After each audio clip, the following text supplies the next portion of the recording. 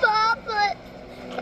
History with Mr. D. How real is the Patriot? As you can see, ladies and gentlemen, there are many benefits to viewing the movie The Patriot. Just remember one, it captures the overall emotion and the loss and the sacrifice the people had to endure in order to preserve the blanket of freedom for the Americans. Now, I'm not going to read all these things to you, but you can probably figure out there's a lot of good reasons for seeing this movie. All right, so really quick recap here before I dive into the characters. This is like a fact check kind of video for The Patriot, all right? It's a movie that captures emotions and characters, and I asked you to take that emotional journey while you're watching the movie The Patriot, if anything. All right, and this movie is factually accurate, which I'm about to go through with you. If anything, though, it truly captures the feelings that people endured, right? Think about the character of Benjamin Martin. Some of the best acting I've ever seen when he emotionally breaks down. That's symbolic. And speaking of symbolism, we're going to talk about that right now. Of course, remember our symbolism of the American flag that we talked about in class, right? The 50 stars represent the 50 states. Blue represents valor and courage. And we have 13 stripes representing the original 13 colonies. But you'll notice there are more red stripes than there are white. The white stripes represent peace, but the red stripes represent sacrifice, the blood that was lost, right? Think about that. The symbolism is everywhere. All right, so the first person I want to talk to you about today is our character, our main guy, Benjamin Martin, the dude we thought was going to die. But he made it. He made it. All right, now he's actually based on one person entirely, but also another person in general. Mostly because he's from South Carolina and he has a nickname, the Ghost, right? He is based on a real character named the Swamp Fox, Francis Marion. Now, Francis Marion, like Benjamin Martin, was a guerrilla warfare guy. He fought and hid and ran from the British. He had a militia of ragtag colonials, just like in the movie, and he was from South Carolina. They even gave him a tricky nickname, too, all right? So he's mostly based on Francis Marion. In fact, it's so deep, Francis Marion actually had a guy assigned to him by the British to take him out. Not unlike Benjamin Martin, right? His guy, his antithesis was Colonel Tavington. His antithesis was Colonel Tarleton, right? Now, another person that that Benjamin Martin is based on is American General George Washington, mostly because of the leadership characteristics. As you saw in the movie, Benjamin Martin was loved and revered by his soldiers. Not to say that Francis Marion wasn't a great leader, but the great leadership and charisma that Benjamin Martin has was absolutely George Washington. George Washington's men loved him and would run through a brick wall for him because he led them into battle, much like Benjamin Martin. So there's one. Now, you want to talk about evil, right? I mean, I saw y'all. I was watching you when you were watching this movie. You were not a big fan of Colonel Tavington. I mean, who could be? This dude is the absolute, maybe one of the all-time great movie villains of all time. And believe it or not, I know what you're thinking. There's no way that guy's real. Well, his name's not real. There was no Colonel Tavington, but there was a Banastre Tarleton.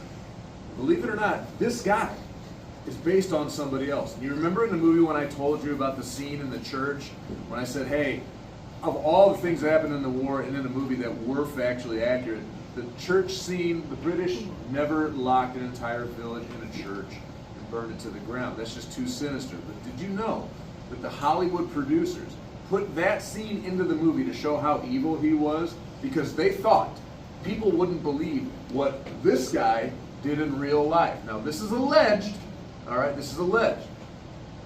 But this guy, Tarleton, in real life, went to a deceased Patriot colonel's home, exhumed the grave, dug up the corpse of the deceased colonel, put him on display, and forced the widow, the wife of the dead man, to cook him dinner outside in front of her dead husband.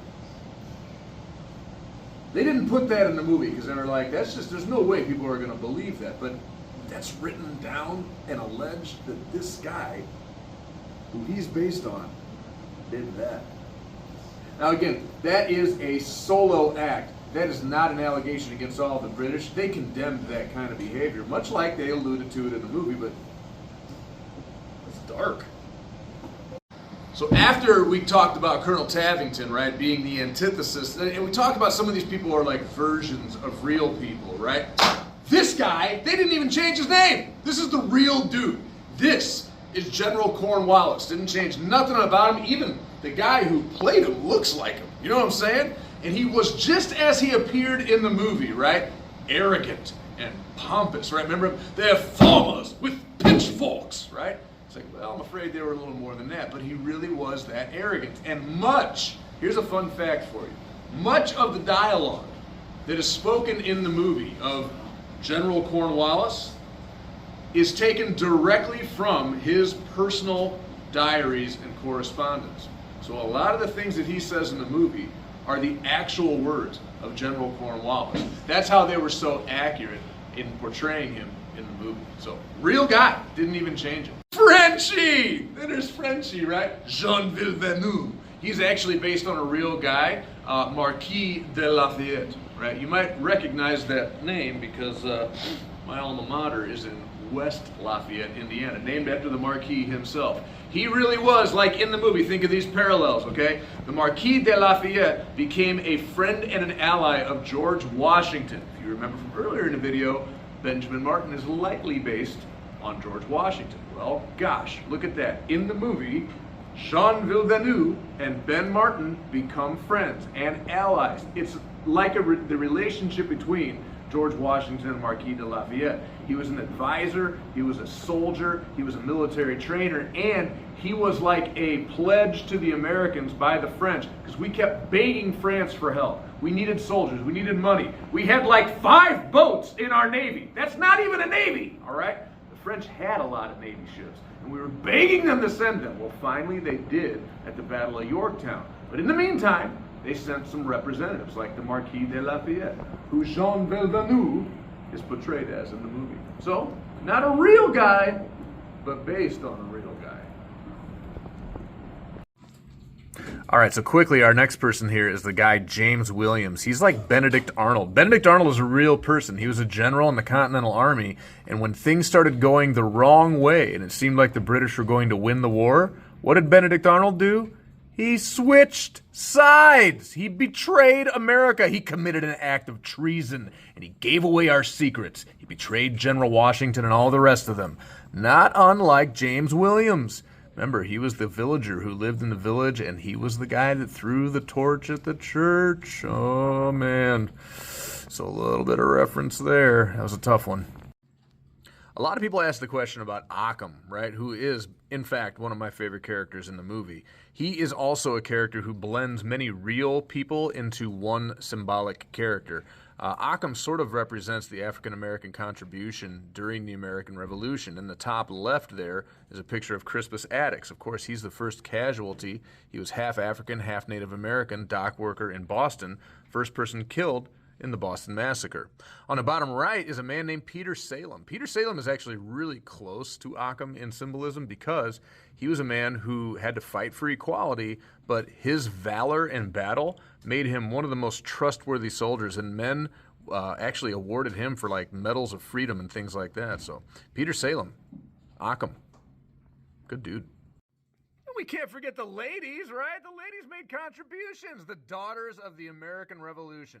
I know a lot of you can't get past the whole Aunt Charlotte thing. You know what? You just got to deal with it, dude. We've been through this, all right? We've been through this. But Aunt Charlotte and, of course, Anne represent the contributions of American women. Now, Deborah Sampson, not pictured on this slide, actually disguised herself as a man. And many girls did this because they wouldn't allow women to fight on the front lines, but some women disguised themselves and fought anyways. Others contributed in many other ways, too. We have, on the bottom left here, we have Thomas Jefferson's wife, Martha Jefferson. That's Martha Washington, George Washington's wife, and, of course, Dolly Madison. You'll learn more about her. She heroically ran into a burning White House to save a portrait of George Washington. And for the sake of time, I'm not going to blow you up with a bunch of different slides, but not to mention George Washington, don't tread on me, there's a flag, and there at the end you saw the yellow flag. I don't know if you saw that or not when they were charging the Battle of Canada, but it happened. Fort Wilderness, French Indian War, Bunker Hill, the Declaration of Independence, Valley Forge, Colonial Culture, Battle of Camden, that was one of the very end, Battle of Charlestown, Battle of Yorktown, that's when they surrounded Cornwallis and eventually surrendered. Battle of Elizabethtown, and of course the quote, why should I trade a tyrant 3,000 miles away from 3,000 tyrants 1 mile away? Benjamin Martin says at the Continental Congress meeting he gets betrayed for, but it's actually a real quotation, serves as an homage to the Massachusetts Royal Governor Thomas Hutchinson, said this during protest over British taxes at the end of the war. He was referring to the colonial legislature. Then, of course, there was the epic lightsaber battle on the forest moon of Endor when the Death Star was destroyed and the Empire Strikes Back. Wait a minute. No, that's just, I was imagining that. Speaking of Star Wars references, did you know that Harrison Ford actually turned down the role of Benjamin Martin? Harrison Ford, of course, being Han Solo, which is why I keep making all these Star Wars references. Isn't that crazy?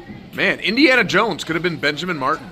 Harrison Ford actually declined the role of Benjamin Martin because he thought that the Patriot was too much like one man's revenge against the British Empire, but looks like he missed out on a good payday because that was a pretty good role.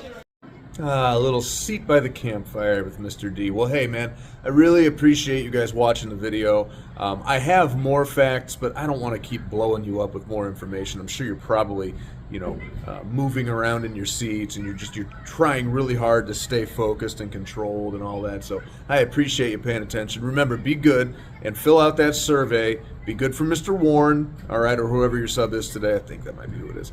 Hey, don't forget to watch some CNN 10. All of the links to this video and to your assignments are either going to be on Canvas, and if they're not on Canvas, your substitute's going to tell you what you can do next. So, at any rate, thanks for watching. Good luck to you. May the Force be with you. And, of course...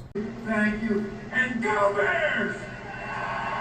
Hold on just a minute before you leave.